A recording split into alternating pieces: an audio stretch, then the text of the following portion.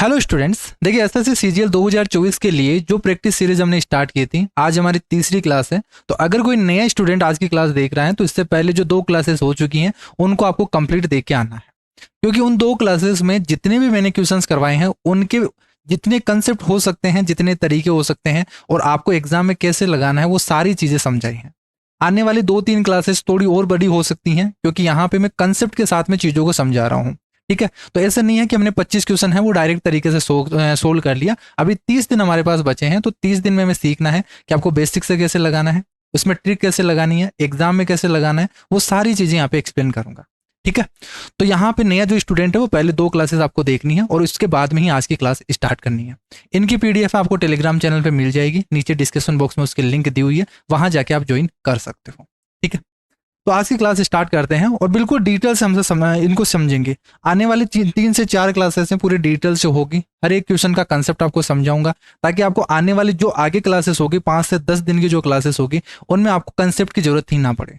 और ये सारी चीज़ें आपकी रिवीजन के साथ में चलेगी, यानी मैथ में कौन कौन सी चीज़ें आपको पता होनी चाहिए, कौन सी चीज़ आपको याद करनी है, वो सारी चीज़ें यहाँ पे बताते चल रहा हूँ। इसलिए थोड़ा सा टाइम लगेगा, लेकिन जैसे ही आप 5 से 10 दिन के बीच में जाओगे थोड़ा सा टाइम कम हो जाएगा। फिर 10 के बाद में जैसे ही 11वां दिन होगा तब आपको एग्जाम अप्रोच से हम करेंगे क्वेश्चंस को, और फिर कम टाइम लगेगा। जैसे 25 सवाल है तो 25 में हम यहाँ से कोशिश करेंगे 25 मिनट या 30 मिनट में इस क्लासेस को कंप्लीट कर दें। ठीक है, अभी यहाँ से 4 से 5 क्लासेस थोड़ी सी लंबी होगी, हो सकता है यहाँ से 1 घंटा भी लग जाए, 1 घंटे से थोड़ा सा ज़्यादा भी हो जाए, क्योंकि हर एक क्वेश्चन को समझाना होता है पूरे कंसेप्ट के साथ में। जैसे यहाँ से पहला क्वेश्चन देखो, आपको क्या बोला गया है, ये बोट एंड स्ट्रीम का पूछा गया सवाल है। क्या बोला गया है कि एक आदमी है वो स्थिर पानी में 18 किलोमीटर पर आवर की स्पीड से नाव को चला सकता है, यदि उसे नदी के ऊपर की तरफ नाव को चलाने में नदी के नीचे की ओर नाव चलाने में लगने वाला जो समय है उससे क्या लगता है, दुगना समय लगता है। तो यहाँ से बताना है कि धारा की गति क्या है। अगर हिंदी में समझ में नहीं आया तो इंग्लिश में आप पढ़ लीजिए, इंग्लिश में इस तरीके से बोला गया है या हिंदी में इस तरीके से बोला गया है। देखो इस तरीके से समझोगे भाई, जो नाव है केवल और केवल अगर स्थिर पानी होगा तो यहाँ से उसकी स्पीड जो होगी वो 18 किलोमीटर पर आवर होगी। अब देखो इसका मतलब क्या है कि नदी के ऊपर और नदी की दिशा में, नदी के नीचे की ओर, यानी डाउन स्ट्रीम और अप स्ट्रीम को ही बोला गया है कि अगर आप अप स्ट्रीम जाओगे तो टाइम हमेशा ज्यादा लगेगा। किससे लगेगा? डाउन स्ट्रीम से ज्यादा।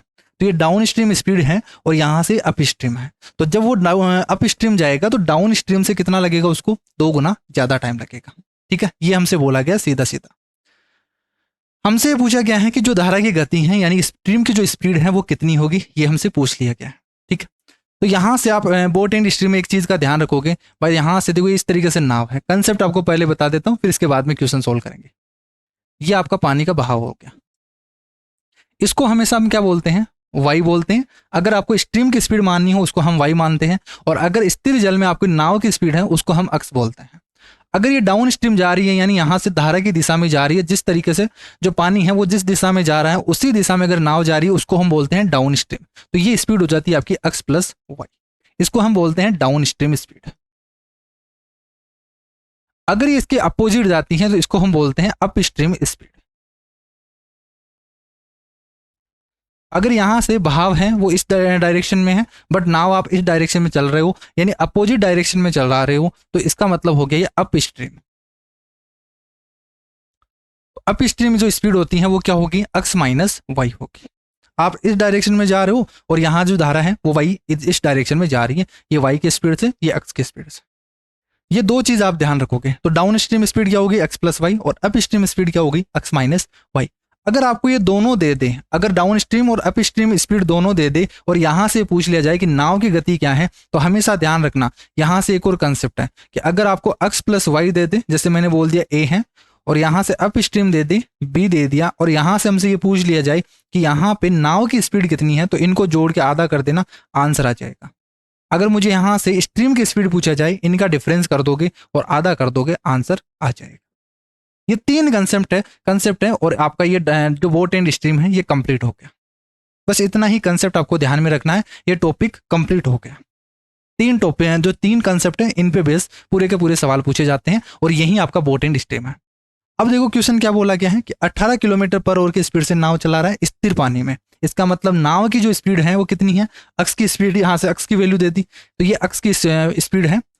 नाव की स्पीड हो गई 18 किलोमीटर पर आवर, यानी अक्स का मतलब कितना हो गया, यहाँ से 18 किलोमीटर पर आवर हो गया। अब देखो यहाँ से बोला गया नाव के ऊपर यानी अप स्ट्रीम का मतलब अक्स माइनस वाई। अगर ये अक्स माइनस वाई से जाएगा तो यहाँ से अक्स प्लस वाई की तुलना में 2 घंटे उसको क्या लगते हैं, ज्यादा लगते हैं। ये स्पीड है, ध्यान रखना क्या है, स्पीड है। तो बताना है कि यहाँ धारा की स्पीड क्या होगी, ठीक है, धारा की क्या होगी, गति क्या होगी। तो आप इस सवाल को ऑप्शन से भी कर सकते हो और बेसिक से भी कर सकते हो। ऑप्शन से कैसे करोगे, देखो इस सवाल को, भाई देखो यहाँ से 18 है, पहला ऑप्शन ले लेता हूं मैं 12, पहला ऑप्शन मैंने क्या ले लिया, 12 ले लिया। तो जैसे ही आप डाउन स्ट्रीम स्पीड निकालोगे तो वो कितनी आएगी, देखो 18 और 12 जोड़ोगे, ठीक है, तो ये कितनी आ गई, 30 आ गई। डाउन स्ट्रीम स्पीड है वो 30 आ गई। और अप स्ट्रीम स्पीड कितनी आएगी, भाई 18 में से 12 घटा दोगे तो 6 आ गया। कितना आ गया, यहाँ से 6 आ गया।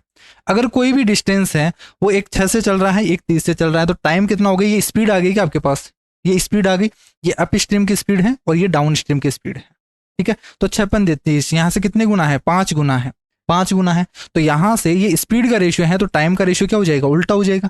यानी कितना बनना चाहिए, 1:2 का रेशियो बनना चाहिए। आप तो सीधा सीधा ये समझोगे। तो यहाँ तो 1:5 बन रहा है, ये नहीं होगा।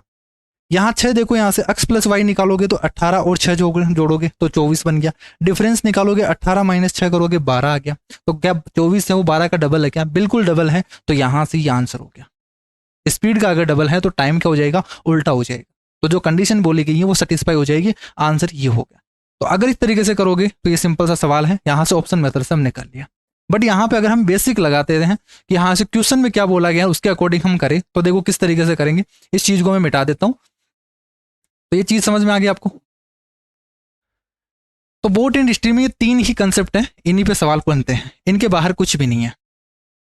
देखो पहली चीज तो आपको क्या बोली गई, भाई अक्स इज इक्वल टू कितना है, 18 किलोमीटर पर आवर, ये है। यहां से मुझे बताइए डाउन स्ट्रीम स्पीड और अप स्ट्रीम स्पीड क्या होगी। तो डाउन स्ट्रीम स्पीड तो क्या होगी, 18 प्लस वाई। अगर उसी डायरेक्शन में जा रहा है तो 18 प्लस वाई होगी। अप स्ट्रीम क्या होगी, क्या 18 माइनस वाई होगी क्या, ये होगी। और यहां से हमसे बोला गया है कि यहाँ पे जो टाइम है वो कितना लगता है, दुगना लगता है। किसको, अप स्ट्रीम को। भाई डाउन स्ट्रीम से हमेशा क्या लगेगा, अप स्ट्रीम को ज्यादा टाइम लगेगा। तो आप कोई भी डिस्टेंस मान लीजिए, जैसे मैंने मान लिया डी डिस्टेंस है, अगर डी डिस्टेंस को यहाँ पे चलेगा तो इतना टाइम लगेगा। ये अप स्ट्रीम जब चलेगा तो इतना टाइम लगेगा। भाई डिस्टेंस अपॉन क्या कर दिया हमने, स्पीड कर दिया। और यहाँ पे आप टाइम निकालोगे तो डिस्टेंस अपॉन 18 माइनस वाई, ये इतना टाइम लगेगा। इसने बोला जो अप स्ट्रीम में जो टाइम लगता है वो डाउन स्ट्रीम पे लगे टाइम का क्या होता है, दुगना होता है। इसको दुगना कर दोगे और ये क्या हो गया आपका, इक्वल हो गया। देखो बिल्कुल यहाँ से बेसिक से समझा रहा हूँ, मैंने बता दिया यहाँ से एग्जाम में कैसे करोगे, आप डायरेक्ट कर सकते हो इस सवाल को।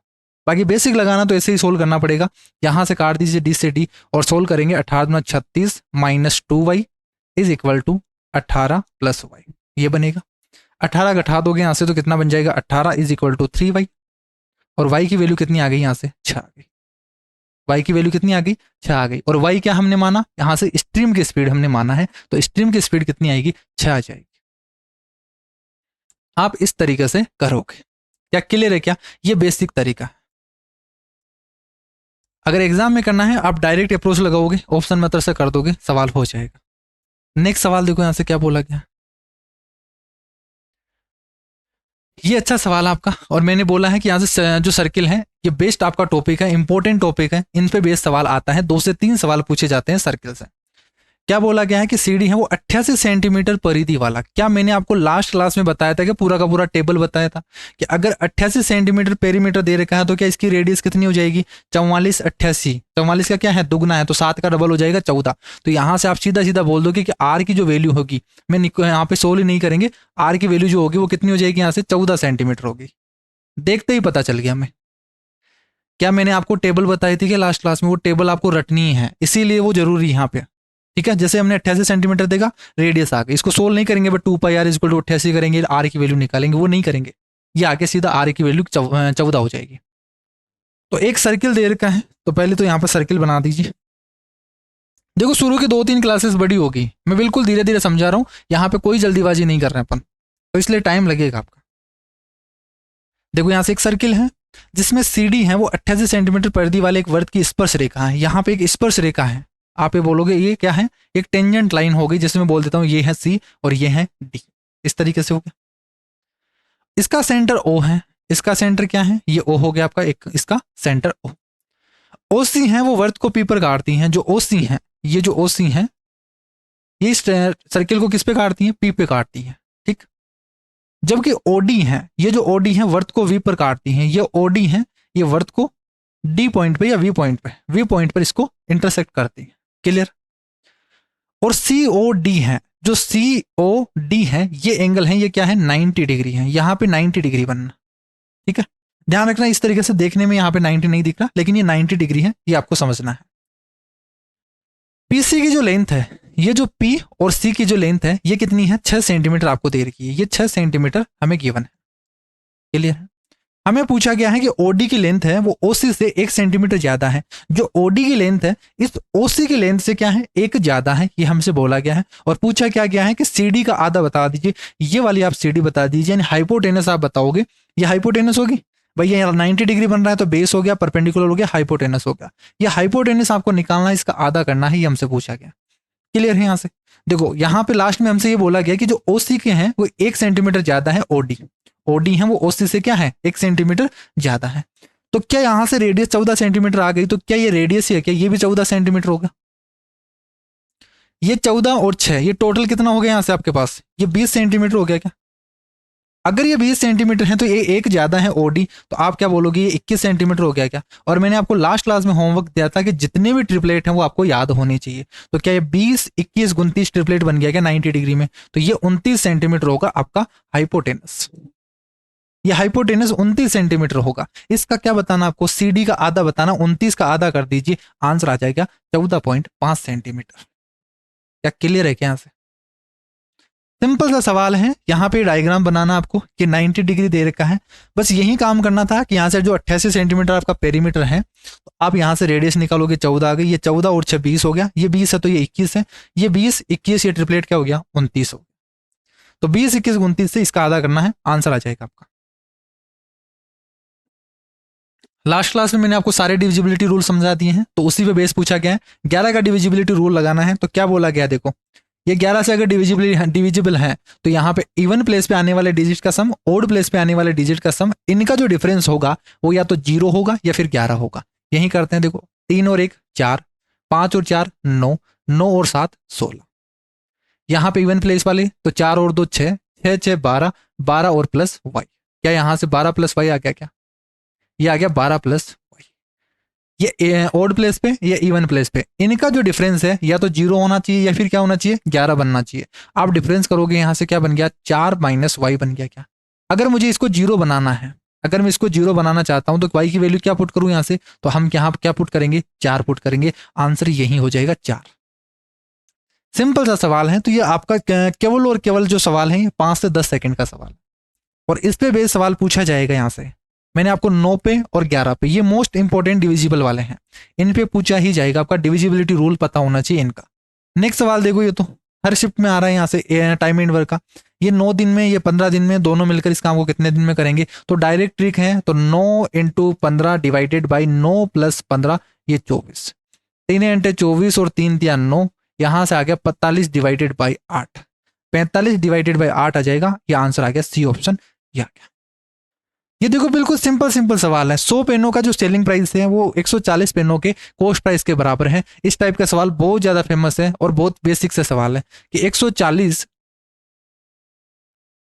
पेनों का जो कॉस्ट प्राइस है वो 100 पेनों के क्या है सेलिंग प्राइस के बराबर है। तो इस टाइप के सवाल में तो आप डायरेक्ट इस तरीके से कर लीजिए।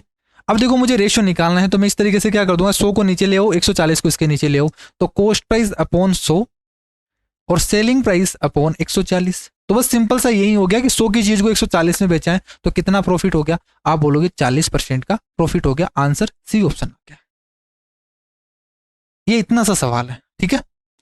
बाकी इसमें करना चाहो तो इस तरीके से भी कर सकते हो भाई, यहाँ पे इनका डिफरेंस कर दो, 100 से देख लो 40% ही है भाई, 100 से कितना हो गया 140, ऐसा डायरेक्ट भी सोच सकते हो बट कंफ्यूज हो जाओगे। वैसे इसकी बजाय आप इस तरीके से कर सकते हो भाई, कॉस्ट प्राइस के नीचे लिख दो, सेलिंग प्राइस के नीचे इनका कोफिशिएंट 1 बना दो, सिंपल सा दिख जाएगा आपको प्रॉफिट। ये देखो इस तरीके के सवाल हैं। अब एक बच्चा क्या करेगा, यहाँ पे 3:7, 2:5 और ABC का एक बच्चा इसमें ट्रिक लगाएगा या फिर बेसिक से सोल्व करेगा। इसमें जरूरत ही नहीं है आपको, केवल और केवल देखने की जरूरत है। 2 सेकंड का सवाल है। कैसे? 3:7 दे रखा है और 2:5 दे रखा है। ऑप्शन में चेक करो कि A और B का जो अनुपात है वो 3:7 किसमें है, क्या इसमें है, क्या नहीं है, क्या इसमें है, नहीं है, क्या इसमें है, नहीं है। 3 और यहाँ पे 7 का अनुपात है क्या, 3 का डबल 7 का डबल है। बी और सी है 2:5 है, तो 2 और 5 का देख लीजिए, यहाँ से 7 बार कटा गया है, इसको भी 7 से, तो यहाँ से यही आंसर हो जाएगा। सोल्व करने की जरूरत ही नहीं है। बाकी अगर आप सोल्व करना चाहते हो तो यहाँ से ये एक ट्रिक होती है 3:7, और यहां से आपको दे रखा है बी और सी का, तो ध्यान रखना इस तरीके से इस डायरेक्शन में आप मल्टीप्लाई कर देना, बस आंसर आ जाएगा। कैसे, 3 को 2 से मल्टीप्लाई करो 6, 2 को 7 से मल्टीप्लाई करो 14, और यहां से 35, ये आंसर आ गया। ऐसे भी कर सकते हो आप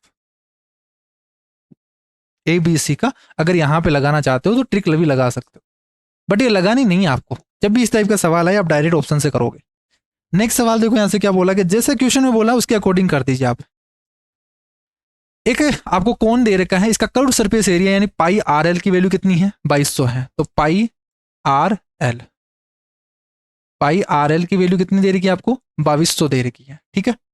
और इसकी रेडियस है वो 28 दे रखी है, इसकी रेडियस कितनी दे रखी है, 28 है। तो आप क्या यहाँ से स्लांट हाइट निकाल सकते हो क्या, कि 2200 डिवाइडेड बाई पाई की वैल्यू रखोगे 22/7 और रेडियस की वैल्यू रखोगे 28, यही रखोगे।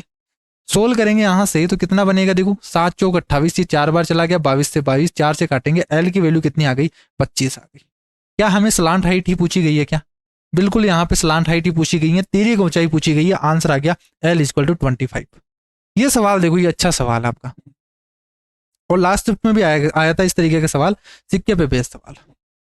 देखो क्या बोला गया है, और इस सवाल को देखो ठीक तरीके से समझना, अच्छा लेवल का सवाल है। पी और क्यू है, पी है वो क्यू को 2 रुपए, 5 रुपए और 10 रुपए के सिक्के देता है, ठीक है। इनका उपयोग करते हुए 150 रुपए उसको क्या करता है, पे करता है। वह कुल 50 सिक्कों का उपयोग करता है, यानी 2 रुपए, 5 रुपए और 10 रुपए के जो सिक्के हैं वो टोटल मिलाकर 50 हैं, और इनका अगर आप अमाउंट देखोगे टोटल मिलाकर वो 150 रुपए बनेगा, ठीक। और 2 रुपए और 5 रुपए के जो सिक्के का जो अनुपात है वो 5:2 है। ये आपको 2 रुपए और 5 रुपए के सिक्के का अनुपात दे रखा है, तीसरे वाले का नहीं बताया। और यहां से पूछा गया है कि 10 रुपए के जो सिक्के हैं वो कितने हैं, ये हमसे पूछा गया है। देखो यहां से अगर बेसिक से करें इस सवाल को, तो आपके पास 3 तरीके के सिक्के हैं। एक तो 2 रुपए वाला सिक्का है, एक आपके पास 5 रुपए का सिक्का है, एक आपके पास 10 रुपए का सिक्का है। क्या इसी तरीके से मैं ये बोल देता हूं यहां से, क्योंकि हमें नहीं पता एग्जैक्ट भाई कितने कितने सिक्के हैं, तो मैं ये बोल देता हूं कि इसके एक्स सिक्के हैं, इसके अगर वाई सिक्के होंगे, इसके जेड सिक्के होंगे। ये नंबर्स ऑफ क्या हो गए, यहाँ पे कॉइन्स हो गए, नंबर्स ऑफ कॉइन्स हो गए, ठीक है। इन सभी का सम कितना है, तो आप यहां से बोलोगे, एक इक्वेशन तो ये बन गई कि x + y + z है, ये कितना है, इनके सभी कॉइन का जो सम है वो 50 है, और इनका जो अमाउंट है, इनका जो अमाउंट है वो 150 के बराबर होना चाहिए। तो अमाउंट कितना होगा, देखो 2 रुपए के x सिक्के हैं तो क्या 2x हो गया, क्या 5 रुपए के y सिक्के हैं तो 5 रुपए हो गए, और 10 रुपए के जेड सिक्के हैं तो 10 जेड हो गए। इज इक्वल टू कितना होना चाहिए, ये 150 होना चाहिए। पहली इक्वेशन हो गई, ये दूसरी इक्वेशन हो गई। बट इसमें तो 3 वेरिएबल हो गए। इन वेरिएबल को हटाने के लिए इसने क्या दे दिया कि पहले वाले सिक्के और दूसरे वाले जो सिक्के थे, 2 रुपए और 5 रुपए वाले सिक्के थे, उनका जो रेशियो है वो 5:2 है। तो हमसे ये दे रखा है कि x:y है, ये जो x और y है इनका जो रेशियो है, x:y है, ये कितना रेशियो है, 5:2 है। ये रेशियो है आपके पास 5:2। तो हमें एग्जैक्ट मानने के लिए यहाँ पे कुछ ना कुछ कांस्टेंट देना पड़ेगा। तो हम क्या बोल देते हैं यहाँ से, कि इसको बोल देते हैं कि x है वो 5 के हैं, और ये जो y है ये 2 के हैं, ये मैं बोल देता हूं। तो अगर यहां से आप देखोगे, ठीक है, तो यही चीजें जो इक्वेशन आपकी बनी थी, ये इक्वेशन क्या बन जाएगी, पहली इक्वेशन में आप 5 के और 2 के पुट कर दीजिए, तो ये जो इक्वेशन है ये बन गया आपके पास 10 के प्लस, ठीक है, दिख रहा है क्या आपको, दूसरा पेन यूज कर लेते अपन, ये बन गया आपके पास 10 के प्लस 5y, y की जगह आप 2 के पुट करोगे तो ये भी क्या बन गया आपका 10 के बन गया, प्लस ये तो 10 जेड एज इट इज रहेगा और 150 बन गया। क्या इक्वेशन चेंज होके ये बन गई क्या, इसमें केवल और केवल जेड आ रहा है। इसी तरीके से इसमें आप पुट कर दोगे तो क्या बनेगा 5 के plus 2 k plus z is equal to 50 बनेगा, ये बन गया। तो नई इक्वेशन क्या बन गई आपके पास, पहली वाली इक्वेशन तो ये बन गई, तो मैं बोल सकता हूँ 10 के 10 के 10 के यहाँ पे सभी हैं, तो क्या 10 से ये 10 चला गया, इस 10 से ये 10 चला गया, सारा का सारा, तो 2k प्लस जेड, तो पहला तो आपके पास आ गया 2k plus z is equal to कितना आ रहा है, क्या ये 15 आ रहा है क्या ऐसे, ठीक है। तो यहां से पहली इक्वेशन से क्या आ गया 2k प्लस जेड है 15 है, तो क्या ये 2k प्लस जेड है ये 15 है क्या आपके पास, तो यहां से 5k की वैल्यू कितनी आ जाएगी, भाई 15 इसमें से घटा दो तो ये 35 आ गई, और k की वैल्यू कितनी आ गई 5 7 35, ये 7 आ गई। k की वैल्यू 7 आ गई तो आप बोलोगे x की वैल्यू कितनी होगी यहाँ से 7 पंजे 35 और y की वैल्यू कितनी होगी यहाँ से 7 दूनी 14। टोटल मिला के कितने कॉइन हो गए? ये कॉइन तो है, नंबर्स ऑफ कॉइन हमने माना था, तो कितने कॉइन हो गए? 35 और 40 50, यानी 49 कॉइन हो गए टोटल। तो बाकी के बचे हुए कॉइन कितने बचे? 50 तो कॉइन थे, 50 में से 49 कॉइन तो 2 रुपए और 5 रुपए वाले हो गए, बाकी के बचे हुए क्या होंगे? 10 रुपए वाले। तो यहाँ से ये 49 हो गए। तो जो जेड होगा वो कितना हो जाएगा? 1 हो जाएगा। कितना होगा? 1 होगा। तो ये आंसर हो गया। और इसका कोई अल्टरनेटिव तरीका नहीं है, ध्यान रखना यहां से, इस सवाल का कोई दूसरा तरीका नहीं है कि आप दूसरा तरीका लगा सको, आपको ये बेसिक ही लगाना पड़ेगा, इस तरीके से सोल्व करना पड़ेगा, क्योंकि यहां पे रेशियो भी मिक्स कर दिया और दूसरी चीज एग्जैक्ट डाटा कोई दे ही नहीं रखा है, तो हमें ये वेरिएबल मानना ही पड़ेगा और वेरिएबल को हटा के सोल्व करना ही पड़ेगा। इस तरीके के सवाल भी आएंगे जो टाइम टेकिंग रहेंगे, तो देखते ही आपको छोड़ देना, इस टाइप के सवाल को सेकंड राउंड में करना है। ये सवाल देखो बहुत फेमस सवाल है, बहुत रिपीटेटिव सवाल है, और इस टाइप के सवालों में आपको पेन भी नहीं लगाना, केवल और केवल एक लाइन में लिखना आपको आंसर। कैसे? साधारण ब्याज पर एक राशि है वो 7 वर्ष में दुगनी होती है। 7 वर्ष में दुगनी होने का मतलब 1 रुपए था वो 2 रुपए बन गया, ब्याज कितना मिला? 1 रुपए का, यानी 7 सालों में 1 रुपए का ब्याज मिलता है। 7 सालों में 1 रुपए का ब्याज मिलता है। साधारण ब्याज के समान रेट पे, उसी रेट पर कितने सालों में वही राशि है वो 4 गुना हो जाएगी। 4 गुने का मतलब 1 रुपए की राशि है वो 4 रुपए बन जाए, यानी 3 रुपए का उसको इंटरेस्ट मिल जाए। 1 रुपए का इंटरेस्ट मिलने के लिए उसको 7 साल लगते हैं, तो 3 रुपए का इंटरेस्ट बनाने के लिए कितने साल लगेंगे? 7 या 21 साल। आंसर आ गया 21 साल। ऐसे करोगे आप, ध्यान रखना। अगर इसका फॉर्मूला वगैरह समझोगे, बेसिक समझोगे तो बहुत ज्यादा टाइम लग जाएगा। हमेशा ध्यान रखना, क्या करना है आपको, ये देखना है कि 7 सालों में कितने रुपए का इंटरेस्ट मिल रहा है। तो 1 रुपए का मिल गया, 7 सालों में 1 रुपए का इंटरेस्ट मिल रहा है, हमें कितना चाहिए? 3 रुपए का इंटरेस्ट चाहिए, तो 3 रुपए का इंटरेस्ट बनाने के लिए कितने? 21 साल। बाकी इसका फॉर्मूला लिखना चाहो तो ये भी होता है यहाँ से कि n2 minus n1 sorry n2 minus 1 divided by n1 minus 1 into T. ये कर देना, आपके पास आ जाएगा टाइम। कैसे? देखो यहाँ से 4 गुना बोला ना, तो 4 में से 1 कम कर दो। पहले बोला गया 7, 7 में से 1 कम कर दो और इसको टाइम से मल्टीप्लाई कर दो, जो दे रखा है 7, यही दे रखा है, सॉरी दुगुना दे रखा ना यहाँ पे, तो 2 में से 1 कम कर दोगे। ठीक, यहाँ पे 1 बन गया, यहाँ पे 3 है, तो 7 ये 21, आंसर आ गया 21। ये हो गया। अब ये लिख के हो गया आपका आंसर। बाकी मैंने थॉट प्रोसेस से बता दिया कि डायरेक्ट कैसे करोगे इस सवाल को, एग्जाम में वही तरीका लगाना। अब उस चीज को मैं लिख के नहीं बता सकता, ठीक है, जो चीजें मैंने माइंड में करने की तरीका जो बताया उनको मैं यहाँ पे लिख के नहीं बता सकता कि आप इस तरीके से सोचोगे। जो चीजें मैंने बोल दी उसी तरीके से आपको माइंड में बनाना है और ऐसे ही सोल्व करना है आपको। ठीक है, लिखने का जो तरीका है ये वाला है। अगर इसका भी और भी बेसिक समझोगे तो फिर और रेशियो वाला तरीका होगा, फिर उस तरीके से हम समझेंगे। बाकी इसमें पेन लगाने की भी जरूरत नहीं है इस टाइप के सवालों में। ये सवाल देखो यहाँ से ट्रिग्नोमेट्री का है, बहुत अच्छा सवाल पूछा गया। देखो क्या हिंट करना आपको यहाँ पे, कोट ए की वैल्यू कितनी दे रखी है? 7 दे रखी है। देखो कोस साइन साइन दे रखा है, तो हम क्या कोशिश करें यहाँ पे, मैं कोट बनाने की कोशिश करता हूँ। यहाँ पे मैं कोट बनाने की कोशिश करता हूँ। कोट कहाँ से बनेगा भाई? यहाँ पे अगर मैं साइन कॉमन ले लूँ तो ये कोट बन जाएगा। इसी तरीके से नीचे में साइन कॉमन ले लूँ तो ये साइन से साइन तो कट जाएगा, ठीक है, वो तो हट जाएगा, और ये सब चीजें क्या बन जाएगी यहाँ पे, कोट में बनने की हो जाएगी यहाँ पे। तो कोट में बनाते हैं यहाँ से। देखो ऊपर मैंने यहाँ से साइन कॉमन लिया तो क्या बन जाएगा? 5, ये बन गया आपका कोट, कोट ए बन गया, प्लस यहाँ तो साइन कॉमन ले लिया तो ये 4 का 4 बच गया, बाहर साइन आया हुआ है। अब नीचे भी साइन कॉमन ले लिया तो साइन से साइन तो कट गया। यहाँ पे जैसे आप पुट करोगे तो क्या बनेगा? देखो कोस एक कोस से डिवाइड कर दिया, सॉरी साइन से डिवाइड कर दिया, तो एक तो आपका बन गया कोट, क्या ये कोट ए बन गया भाई? कोस क्यूब ए है, कोस क्यूब ए है, तो हमने क्या किया, यहाँ से साइन ए कॉमन लिया है, तो जैसे साइन ए कॉमन लोगे तो कोस ए कोस तो लिख दो अलग से, और एक क्या हो गया? कोस स्क्वायर ए हो गया। तो कोस ए की जगह आप क्या लिख दोगे? डिवाइडेड बाय साइन ए, तो ये तो कोट ए हो गया, और यहाँ पे लिखा हुआ है कोस स्क्वायर ए। क्या ये सही है क्या? यहाँ से यहाँ हमने क्या किया, साइन से डिवाइड कर रहे हैं सभी को, तो 7 साइन स्क्वायर आएगा क्या? ये साइन 7 स्क्वायर आ गया, प्लस यहाँ 6 साइन है वो कॉमन आ गया, तो यहाँ पे 6 ही बच जाएगा। अब देखो यहाँ पे पुट कर दीजिए आप, कोट जहां दिख रहा है वहां पे 7 पुट कर देंगे, तो 5 इंटू 7 करेंगे, 7 पंजे 35 प्लस 4 हो गया, डिवाइडेड बाई यहाँ पे अभी 7 पुट कर दोगे तो 7 कोस स्क्वायर 7 साइन स्क्वायर, तो क्या बन जाएगा? ये साइन कॉमन लेते क्या हो गया? Sine square plus cos square 1 ही हो गया, तो 7 इंटू 1 ही हो गया, प्लस 6 कर दोगे, 6 6 12 13, तो यहाँ से बन गया 39 डिवाइडेड बाई 13। आंसर कितना आ गया आपके पास? 3 आ गया। सिंपल सा सवाल है ये।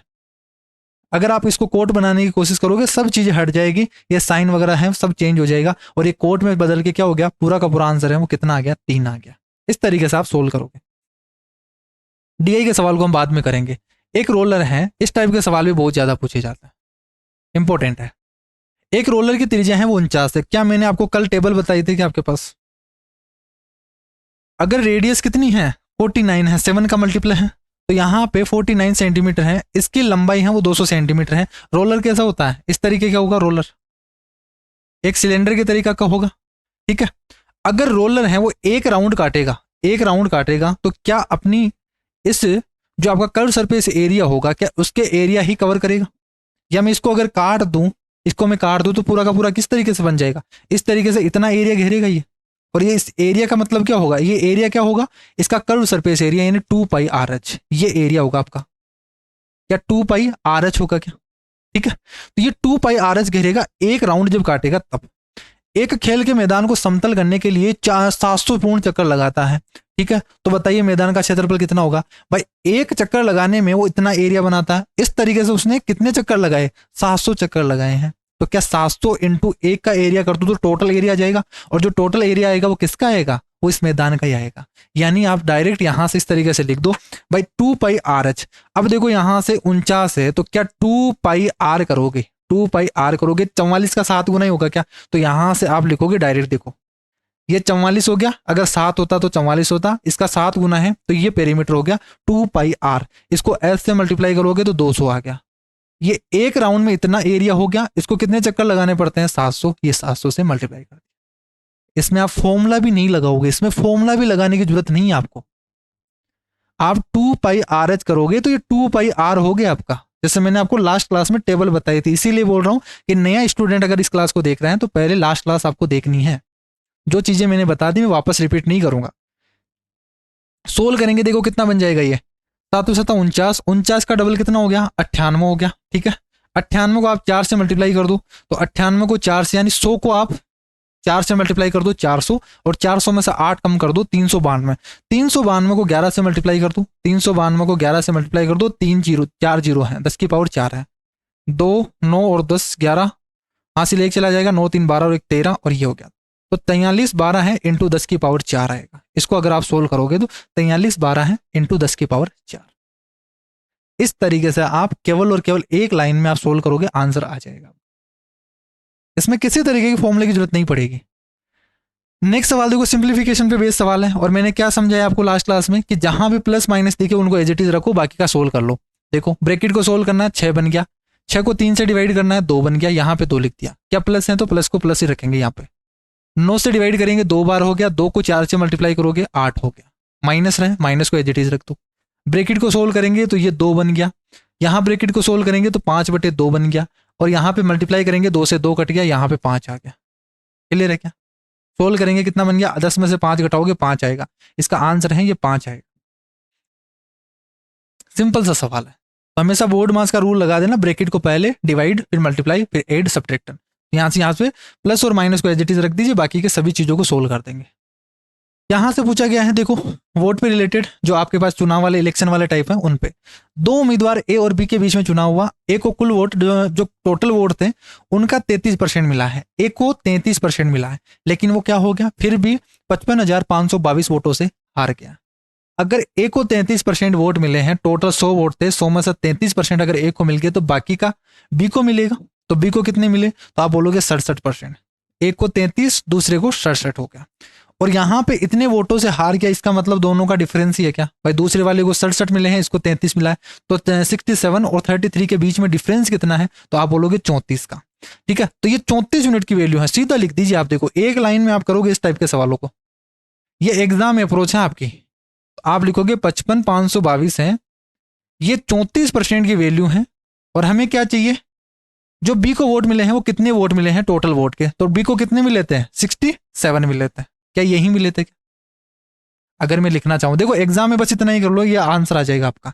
बट अगर समझाने के लिए बोलूं तो यहां से ए को अगर 33% मिला है तो बी को बाकी के बचे हुए कितने मिलेंगे, 67% मिलेंगे। और दोनों के बीच में जो डिफरेंस है वो कितना आ गया आपका, 33 2 66 होता है 34%। और इस 34% की वैल्यू आपको दे रखी है 55,522। ये चीज मैं लिख रहा हूं यहाँ पे। एग्जाम में केवल इतना ही लिखना आपको, यही करना। ये सब चीजें आप माइंड में करोगे तब ये सवाल है 5 से 10 सेकंड में हो पाएगा, नहीं तो नहीं हो पाएगा अगर इसको बेसिक से करोगे तो। अब ये देखो कैलकुलेशन है तो इनको सोल्व कर देते हैं अपन। 2 से काटेंगे तो ये 17 बार चला गया, 2 से काटेंगे तो 2 दूनी 4, 7 दूनी 14, 7 दूनी 14, 6 दूनी 12, 1 आ गया।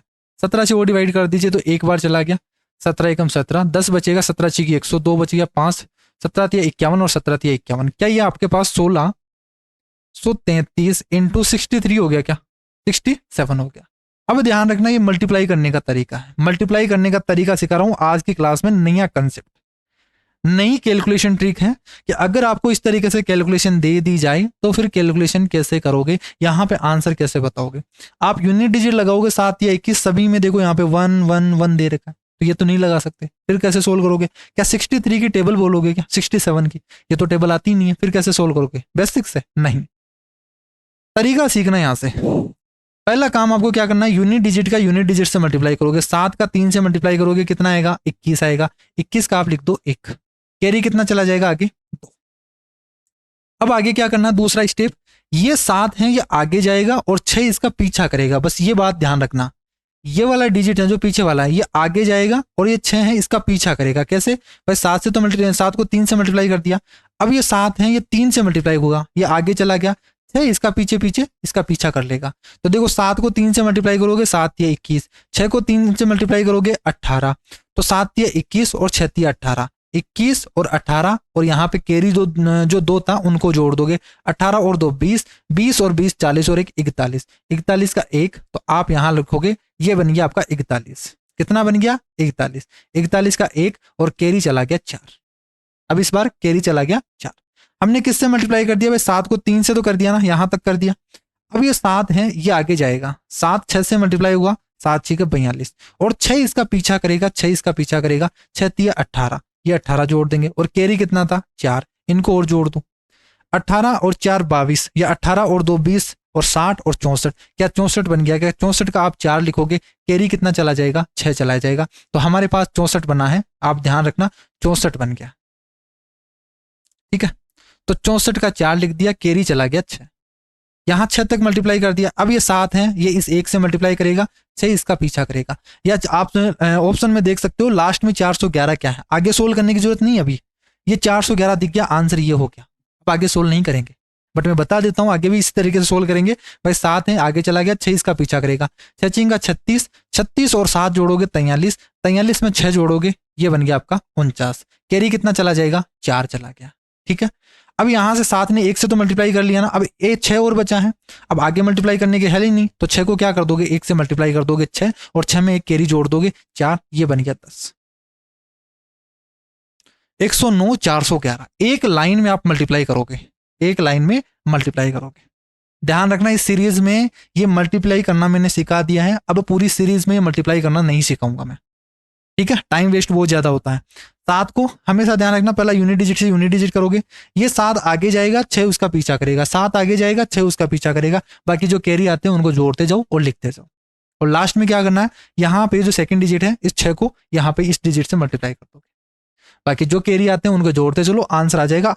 और यहाँ पे इसका जो इस मेथड का है वो फायदा क्या है कि आप लास्ट का यहाँ पे 2 डिजिट निकाल सकते हो, 3 डिजिट 4 डिजिट, पीछे से आएगा आपका आंसर, ठीक है। तो अगर सेम भी होंगे, जैसे यहां से देखो 109 109 104 109, तो हमें आगे से आंसर नहीं चाहिए, आप पीछे से बता दोगे 411 किसमें है, 411 इसमें है, ये आंसर आ जाएगा। लास्ट के 2 डिजिट 3 डिजिट 4 डिजिट आप कितने भी डिजिट निकालना हो इस तरीके से निकाल सकते हो।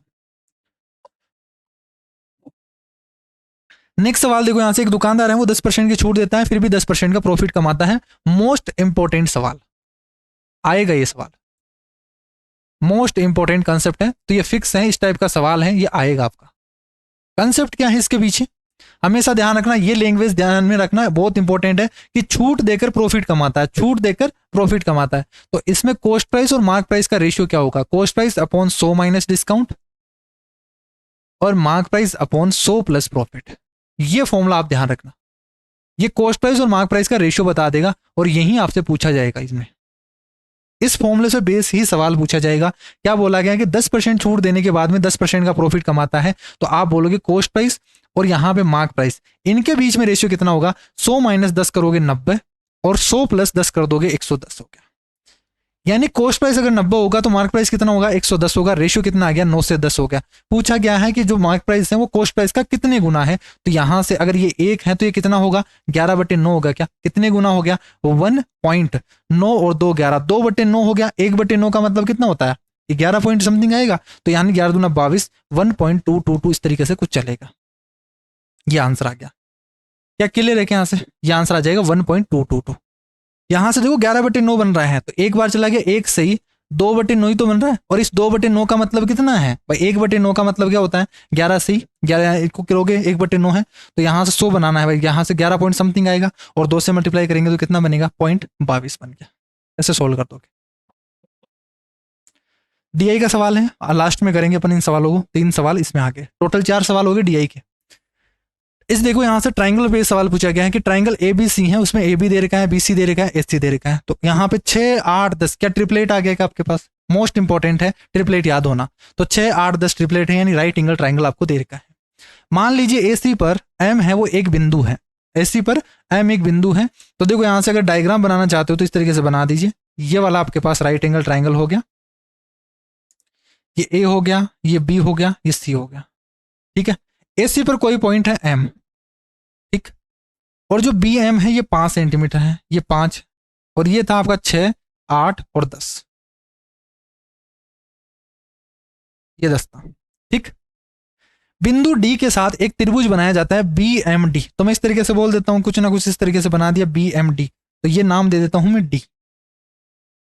ठीक है, इसको नाम दे दिया मैंने, यहाँ पे डी है, B M D.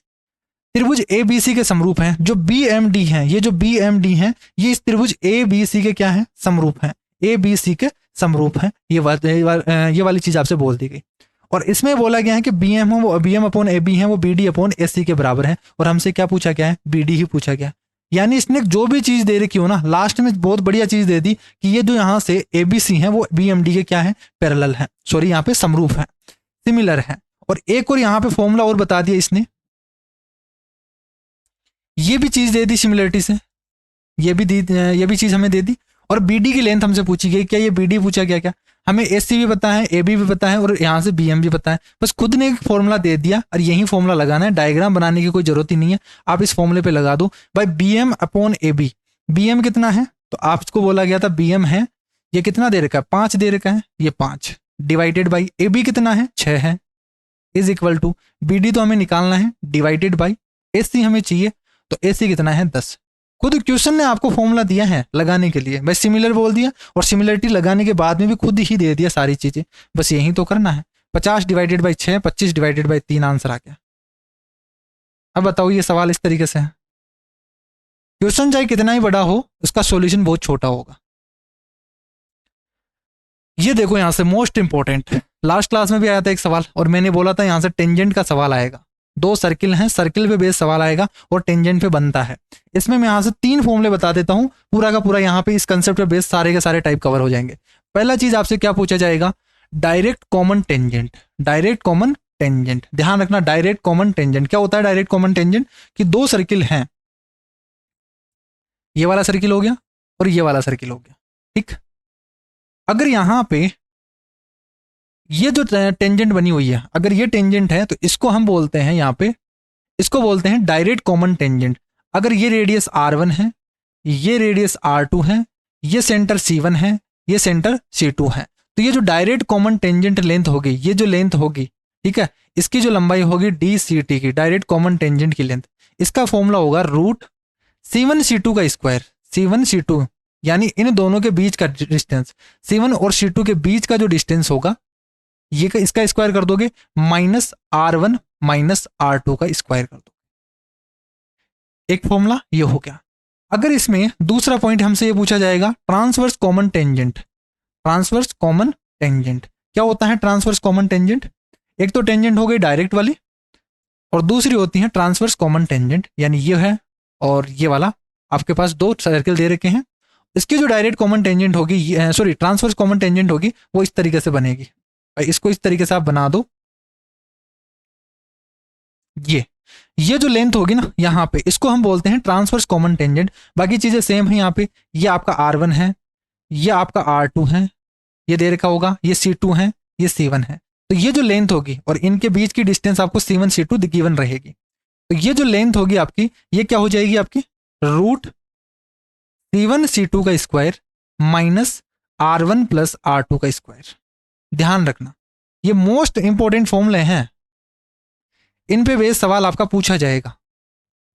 Direct common tangent और ट्रांसवर्स कॉमन टेंजेंट, इसी का एक और केस बन जाता है आपके पास कि अगर दोनों सर्किल हैं एक दूसरे को टच करते हैं। तीसरा जो केस है कि ये आपके पास ये वाला सर्किल और एक और सर्किल है ये वाला, अगर ये एक दूसरे को टच करते हैं, बिल्कुल टच कर दिया यहाँ पे, और ये जो टेंजेंट थी डायरेक्ट कॉमन टेंजेंट, अगर ये लेंथ पूछी जाए हमसे, ये ए और ये बी, ये अगर लेंथ पूछी जाए तो ये जो लेंथ होगी ये होगी हमेशा true root R1 R2। Last class में इस पे बेस सवाल आया था जो हमने किया था। ये तीसरा पॉइंट हो गया, ये कंप्लीट है आपका। तीन टाइप के सवाल पूछे जाएंगे इसमें, एक डायरेक्ट कॉमन टेंजेंट, या फिर ट्रांसवर्स कॉमन टेंजेंट, या फिर यहां से डायरेक्ट कॉमन टेंजेंट है, कॉमन टेंजेंट बोल दिया जाएगा। अगर टच करते हैं एक दूसरे को तो R1 R2 दे रखा होगा, टू रूट R1 R2 निकाल दोगे। लास्ट क्लास में इस पे बेस सवाल आया था, आज की क्लास में इस पे आया, और नेक्स्ट क्लास में देख लेना इस पे भी आ जाएगा कहीं ना कहीं। दोनों रेडियस दे रखी हैं, 6 और 3 दे रखी हैं। यहां से हमसे क्या पूछा गया, उनके उभयनिष्ठ स्पर्श रेखा की लंबाई है। ट्रांसवर्स कॉमन टेंजेंट की लेंथ दे दी, और यहां पे सेंटर के बीच में डिस्टेंस पूछी गई है। इसमें आप फॉर्मूला लगा दोगे, ठीक है। ट्रांसवर्स कॉमन टेंजेंट वाले में इसमें आप फॉर्मूला लगा दोगे। क्या लगाओगे भाई, है तो हमें गिवन है, क्या दे रखी है, 8 तो दे रखी है, 8 का स्क्वायर कर दो 64 is equal to C1 C2 का स्क्वायर, ये हमें निकालना है। दोनों के बीच का distance minus R1 plus R2, तो 6 और 3 9, 9 का स्क्वायर 81 है, इसमें जोड़ दोगे तो 64 और 81 जोड़ दोगे तो कितना बन जाएगा, 64 और 81 यानी 65, 8 और 6 14, 145। क्या 145 बन गया क्या, और 145 का रूट कर दोगे तो C1 C2 आ जाएगा। आंसर आ जाएगा इसका ए ऑप्शन। सिंपल फॉर्मूला लगाना आपको, ये फॉर्मूले तीनों फॉर्मूले आपको याद रखने हैं, मोस्ट इंपॉर्टेंट फॉर्मूले हैं, आएंगे इस पे बेस सवाल फिक्स है। ध्यान रखना ये फिक्स है, इन पे बेस सवाल आएगा सीजीएल में। एक पंसारी है, एक दुकानदार है, वो 60 रुपए 75 रुपए किलोग्राम वाली दो प्रकार की दालें हैं, उनको मिलाना चाहता है, 65 रुपए बनाना चाहता है। ओवरऑल एलिगेशन का सवाल है, आप बोलोगे ये फर्स्ट पार्ट, ये सेकंड पार्ट, दोनों को मिला दिया, 65 रुपए रखना चाहता है, किस रेशियो में मिलाया जाए, एलिगेशन लगा दो। इनका डिफरेंस 10 आ गया, इनका 5 आ गया, रेशियो कितना आ गया 2:1, आंसर 2:1 हो गया, ये हो गया। एक आपको दे रखा है isosceles triangle, equilateral isosceles triangle दे रखा है, समद्विबाहु त्रिभुज दे रखा है, जिसमें दो भुजाएं हैं, ये इस तरीके से हैं। ये आपका एक ट्राइंगल हो गया जिसमें दो भुजाएं हैं, मैं बोल देता हूं ये वाली साइड और ये वाली साइड क्या हो गई, बराबर हो गई।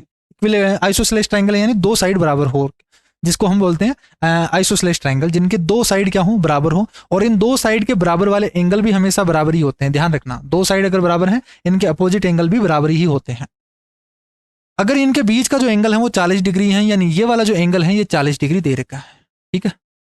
और बाकी जो दो एंगल हैं उनका जो एंगल बाइसेक्टर हैं, उनके जो एंगल बाइसेक्टर हैं, तो क्या ये इन सेंटर हो गया क्या आपका, ध्यान रखना ये भी इंपॉर्टेंट है, इन पे बेस सवाल पूछा जाता है। जितने भी ये पॉइंट है, इन सेंटर, आपके पास सरकम सेंटर, सेंट्रोइड, ठीक है, ये जितने भी पॉइंट है इन पे सवाल पूछा जाता है। यहां पे पूछा गया है इनके बीच का जो एंगल क्या बनेगा, तो यहां से ध्यान रखना मोस्ट इंपॉर्टेंट फॉर्मूला है, इंपॉर्टेंट है ये वाली चीज। ये दे देगा, ये पूछ लेगा, ये दे देगा, ये पूछ लेगा, तो ध्यान रखना ये जो एंगल होता है ये होता है 90 प्लस θ/2 यानी a/2। ये वाला अगर निकालें तो ये θ/2, तो सोल्व करेंगे ऐसे 90 प्लस थीटा का आधा कर दोगे 40 का आधा कर दोगे 20, आंसर आ गया 110। तो आप क्वेश्चन पढ़ोगे और यहाँ पे ये चीज करने की जरूरत नहीं है, ये फॉर्मूला वगैरह बनाने की जरूरत नहीं है, आप क्वेश्चन से डायरेक्ट समझोगे भाई 40 है और बीच में एंगल सेक्टर के जो एंगल बाई सेक्टर हैं उनके बीच का एंगल पूछा गया है, तो उनका आधा करना है, 40 का आधा कर दोगे 20, उसको 90 में जोड़ दो, आंसर आ गया 110 आ गया। ऐसे करोगे, ये केवल समझाने के लिए है, ठीक है।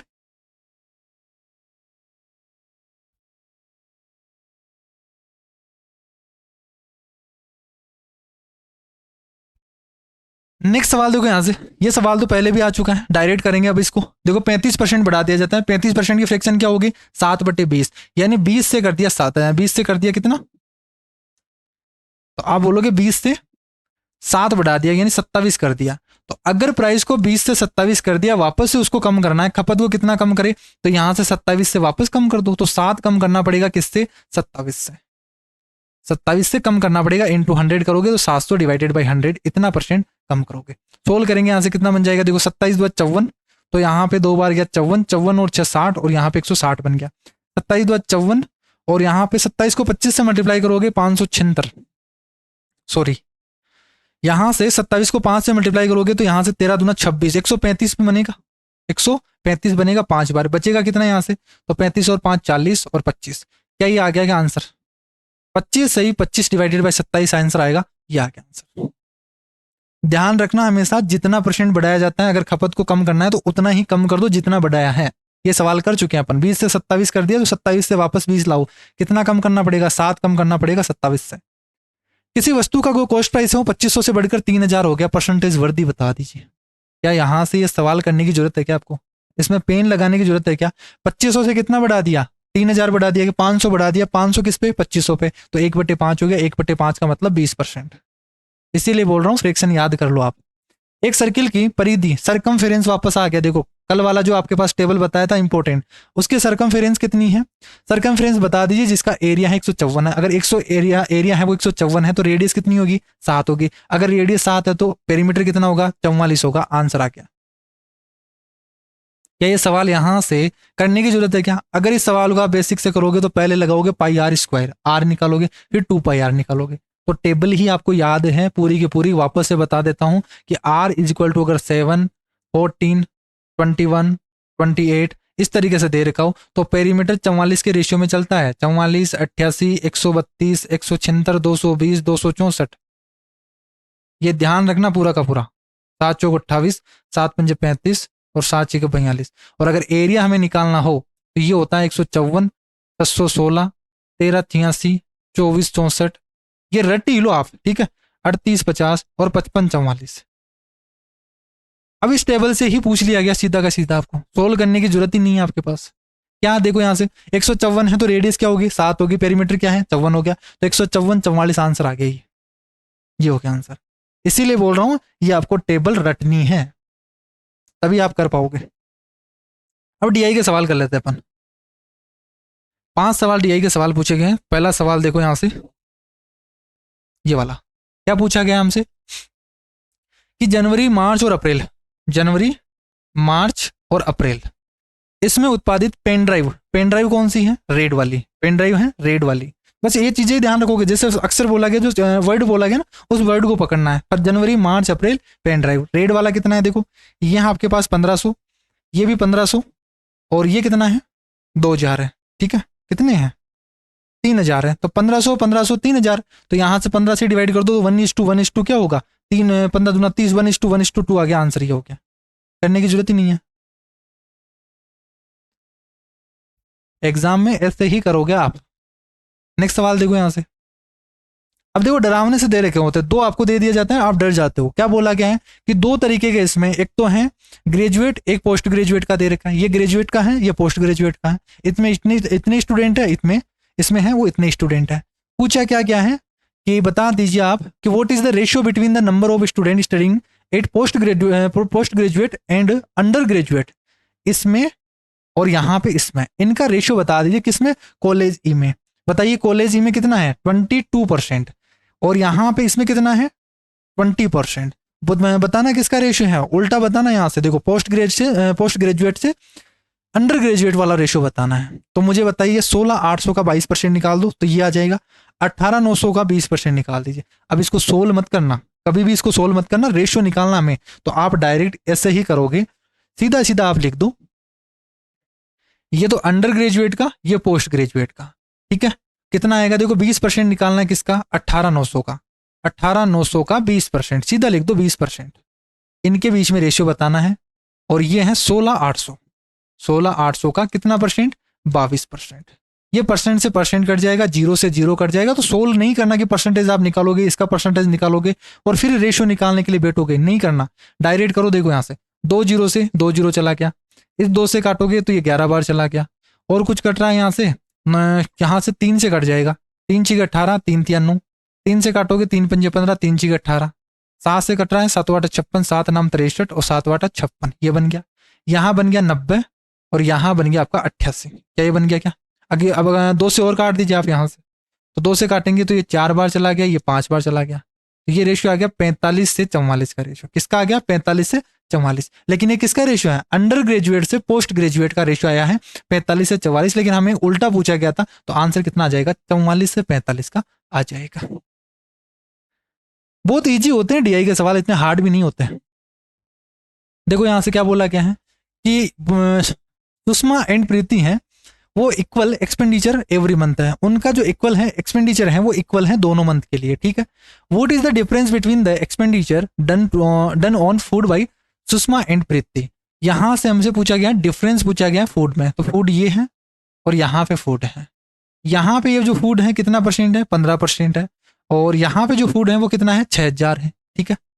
अब ये 15% तो हम नहीं निकाल सकते भाई, टोटल कितना खर्चा है वो नहीं दे रखा, लेकिन एक लैंग्वेज हमें बोल रखी है दोनों को खर्चा बराबर है, तो इसमें टोटल खर्चा दे रखा, देखो 6000, 7200, 2500, 7500, ये तो वही देगा ना। टोटल एक्सपेंडिचर निकालो यहाँ से, एक्सपेंडिचर कितना हो गया इनका टोटल, वही एक्सपेंडिचर यहाँ पे होगा।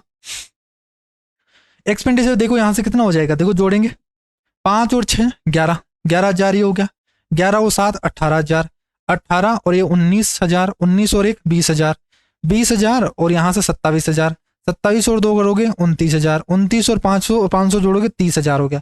टोटल खर्चा हो गया 30000।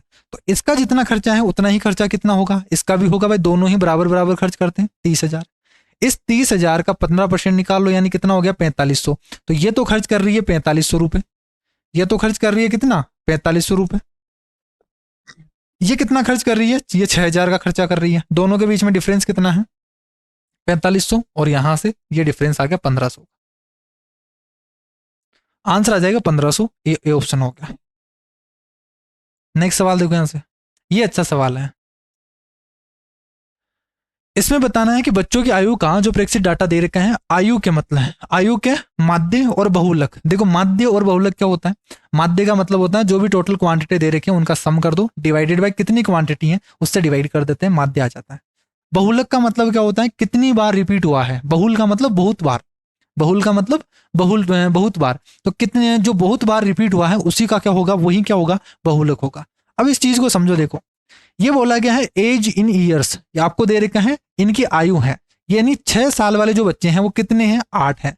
यानी मैं इस तरीके से बोल दूं भाई 6 6 6 6 6, इस तरीके से दे रखा है, ये 8 बार होगा, ये 8 बार होगा। फिर जो 7 साल वाले होंगे वो 3 होंगे, फिर आप लिखोगे 7 7 7, इस तरीके से। तो इस तरीके से बहुत सारे एज वाले हैं, ये नंबर्स ऑफ स्टूडेंट्स के बारे में बहुत बोल रखा है। 8 साल वाले हैं 7 बच्चे हैं, 9 साल वाले बच्चे हैं वो 2 हैं, और 10 साल वाले बच्चे हैं वो कितने हैं, 20 हैं। अब मुझे यहाँ पे क्या निकालना है, एवरेज निकालना है, एवरेज एज निकालनी है। तो मुझे बताइए कि यहाँ से 6 साल वाले कितने बच्चे हैं, 8। तो अगर मैं यहाँ से 6 साल वाले 8 बच्चों का यहाँ पे सम करूंगा कि टोटल एज कितनी हो गई, तो क्या मैं इससे मल्टीप्लाई करूंगा, क्या 8 6 48, टोटल एज कितनी हो गई 48। 7 साल वाले 3 बच्चे हैं, तो क्या यहाँ से 7 ये 21 साल हो गए, क्या इनका जो टोटल सम है वो 21 साल हो गया। 8 + 56, यहाँ पे 56 साल हो गया, टोटल सम हो गया एज का। और 9 दूनी 18, क्या 18 हो गया क्या टोटल सम यहाँ पे, और यहाँ पे सोल्व करोगे तो 200 बन गया। ये टोटल क्या आ गई आपके पास, एज हो गई क्या, सम ऑफ एज, यही तो है, ठीक है। तो यहाँ पे सभी को जोड़ दीजिए, कितना बन जाएगा, देखो जोड़ेंगे यहाँ से 8 और 1 9 और 6 15, 15 और 8 23, 23 का 3 हासिल चला जाएगा 2, 6 और 2 8, 8 5 13, 13 और 1 14, और यहाँ पे बन गया 343। टोटल सम हो गया 343। अगर मुझे मीन निकालना है इसका, इसका जो मीन निकालना है वो कितना आ जाएगा, यहाँ से आप बोलोगे 343 डिवाइडेड बाय कितने कैंडिडेट हैं टोटल, ये तो यहाँ पे टोटल एज आ गई आपके पास, क्या हो गया, ये तो टोटल एज आ गई आपके पास। टोटल कैंडिडेट कितने हैं, टोटल बच्चे कितने हैं वो निकालोगे आप, तो जोड़ दीजिए 8 और 3 11, 7 18, 2 20, और 20 20 40, टोटल 40 बच्चे हैं। ये टोटल 40 बच्चे हैं, इनके सभी की एज का सम है वो 343 है। तो क्या आप यहां से मीन बता सकते हो, क्या इनका मीन कितना होगा, मीन हो गया 343 डिवाइडेड बाई 40, ये हो गया। सोल्व करेंगे, 0 से करेंगे पॉइंट हट गया, 4 से डिवाइड करोगे 4 × 32, 2 हो गया, 4 × 5 20, ठीक है भाई, 4 × 32, 2 हो गया, 4 × 5 20, और 3/4 यानी 75। क्या ये हो गया, क्या आपका 8.575 है, इसका मीन आ गया। और अगर इसका मोड निकालोगे, मोड का मतलब ये कितनी बार, बहुत बार कौन सा एज आई है। तो देखो यहाँ से बहुत बार एज कितनी है भाई, सबसे ज्यादा है वो कितनी बार रिपीट हुआ है, तो ये जो 10 है वही तो रिपीट हुआ है, ये एज 10 है, ये कितनी बार सबसे ज्यादा क्या है यहाँ पे 20 है, ये मैक्सिमम है भाई। 20 बच्चे हो गए ना, तो 20 बच्चों के सबके 20 10 साल के हैं, तो सबसे ज्यादा बार रिपीट कौन सा नंबर हुआ है, ये 10 साल हुआ है। तो ये क्या हो गया, इसका मीन हो गया, ये 10 हो गया, इसका मोड हो गया। इनके बीच में आपसे डिफरेंस पूछा गया है कि इनके बीच का डिफरेंस कितना है, ये जो डिफरेंस पूछा गया है तो कितना आ जाएगा 1.25 करते हुए क्या हो गया, 600 बन गया, ये 4 हो गया, तो 1.425 क्या हो गया यहाँ पे, इन दोनों के बीच का डिफरेंस हो गया। मोस्ट इंपॉर्टेंट सवाल है, मेंस लेवल का सवाल है, ये मेंस में पूछा जाता है बेसिकली, बट यहां से प्री में भी पूछ लिया गया, तो ध्यान रखना ये भी पूछा जा सकता है। अगर कोई बच्चा है, अगर वो प्री की यहाँ पे सीजीएल प्री 2023 लगाना स्टार्ट किया है, तो उसको ये पता नहीं चलेगा कि यहाँ पे ये सवाल भी पूछे जा सकते हैं, फ्रीक्वेंसी वाले सवाल भी पूछे जा सकते हैं, जिसमें मोड, मीडियन और यहाँ से ये बहुलक वाले सवाल पूछ लिए जाए। ठीक है, तो ये तो पता नहीं होगा क्योंकि 2023 का पैटर्न अलग ही था, 2023 में ये सवाल आते ही नहीं थे। अब देखो 2024 का जो पैटर्न आप देखोगे लेटेस्ट, तो इसमें प्री में भी ये क्वेश्चंस डाल दिए गए हैं जो मेंस में आते थे। तो ध्यान रखना, इस सवालों को, इस टॉपिक को भी आपको कंप्लीट करके जाना है, यहां से भी आपसे पूछे जा सकते हैं सवाल। ठीक है, अगर 2024 की आप प्रिपरेशन कर रहे हो सीजीएल के लिए, तो इन टॉपिक को कंप्लीट करके जाना होगा आपको। क्लियर है यहाँ से? आई होप आपको आज की क्लास समझ में आई है। नेक्स्ट क्लास में हम करेंगे नेक्स्ट शिफ्ट, अभी के लिए इतना ही करते हैं। ठीक है, और अगर आपको समझ में आया है तो लाइक कमेंट जरूर कर दीजिए, और नीचे डिस्क्रिप्शन बॉक्स में इसके टेलीग्राम चैनल की लिंक दी हुई है, वो तो आप ज्वाइन कर लीजिए, ताकि इनके पीडीएफ है आप डाउनलोड कर सको और देख सको भाई यहाँ पे कौन कौन से तरीके हैं वो एग्जाम में आपको लगाने हैं। ठीक है, आज के लिए इतना ही करते हैं, बाकी हैं वो नेक्स्ट क्लास में करेंगे। ठीक है।